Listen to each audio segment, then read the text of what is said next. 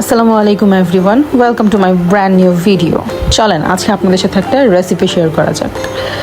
রেসিপিটা হচ্ছে শিরখুরমার রেসিপি। খুবই ইজি ওয়েতে আমি কিভাবে বাসায় এটা বানাই এটাই আপনাদের সাথে শেয়ার করব। তো প্রথমে একটা প্যানের মধ্যে ঘি দিয়ে নিয়েছি। ঘিটা একটু গরম হওয়ার পর ওই যে লম্বা লম্বা যে লাল সেমাইটা থাকে সেটা নিয়েছি। সেটা অবশ্য প্যাকেটে ভাজাই থাকে, আপনারা চাইলে এভাবেই মানে এটা এই প্রসেসটা স্কিপ করতে পারেন আর কি। কিন্তু আমার মনে হয় যে একটা শাহি আর একটা রিচ ফ্লেভার আনতে এই ঘির সাথে সেমাইটাকে কিছুক্ষণ ভাজাটা মানে খুবই ইম্পর্টেন্ট আর কি। মানে খুব ভালো একটা ফ্লেভার আসে। তো এটাকে হাত দিয়ে একটু ভেঙে গুঁড়ো গুঁড়ো করে দেন হচ্ছে ঘিয়ের সাথে ভালোভাবে ভেজে নিচ্ছিলাম। তো ভাজতে ভাজতে যখন দেখা যাবে একটা মানে লাল লাল, এমনিতেই তো ব্রাউন থাকে, একটু ডার্ক ব্রাউন হয়ে আসবে, তখন আর কি এটার মানে বুঝতে হবে যে ভাজা হয়ে গেছে। এটা কিন্তু অলরেডি ভাজা, আপনারা চাইলে এটা স্কিপও করতে পারেন। তো এরপর হচ্ছে আমি এখানে পাউডার মিল্ক নিচ্ছিলাম। তো পাউডার মিল্ক এখানে ছিল হচ্ছে 7-8 টেবিল চামচের মতো। তো এখানে আমি কিছু পরিমাণ পানি দিয়ে এটাকে হচ্ছে ভালোভাবে একটা লিকুইড ক্রিমি টেক্সচার করে নিচ্ছিলাম আর কি। এখানে চাইলে আপনারা কনডেন্স মিল্ক ইউজ করতে পারেন আমার এই প্রসেসটা বাদ দিয়ে।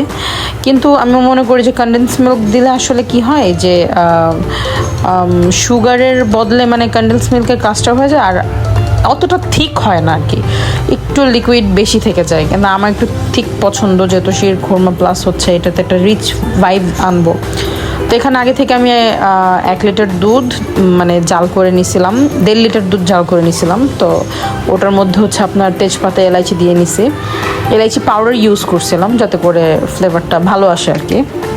এরপর হচ্ছে এখানে আমি পরিমাণ মতো একটু লবণ ইউজ করতেছি, কারণ চিনি বা যে কোনো ধরনের মিষ্টি ডেজার্টের মধ্যে একটু যখন মানে সল্টেড একটা ব্যাপার আসে তখন সেই ডেজার্টটা খাইতে যেন কেন আরও বেশি মজা হয়, আরও বেশি ভালো লাগে আর কি।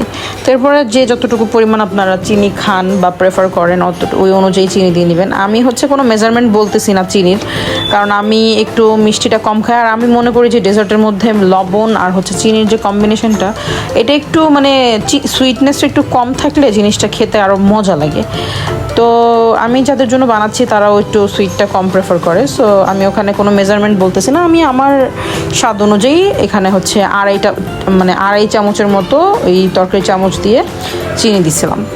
তো এই তো এটা হয়ে গেছে। যখন এটা দেখবো যে দুধটা যখন একটু মানে ক্রিমি একটা মানে ভাইভ দিবে বা টেক্সচার চলে আসবে, তখন হচ্ছে ওই যে ভেজে রাখা সেমাইগুলো আমি এটার মধ্যে আস্তে আস্তে দিচ্ছিলাম আর নেড়ে নেড়ে দেখছিলাম যে ঠিক আছে কিনা। তো এই তো আমার সেমাই রেডি। আর এই যে আমি বক্সে ভরে নিয়েছিলাম। এখানে আমি আমার শ্রদ্ধেয় টিচার এবং আমার যে ক্লাসমেটসরা ছিল আজকে সারাদিন কষ্ট করতেছিল তাদের জন্য নিয়ে নিয়েছি বক্সে করে, আর বাসার জন্য রেখে দিয়েছিলাম কিছুটা। তো এই আজকের ভিডিওটা এই পর্যন্তই ছিল আর কি।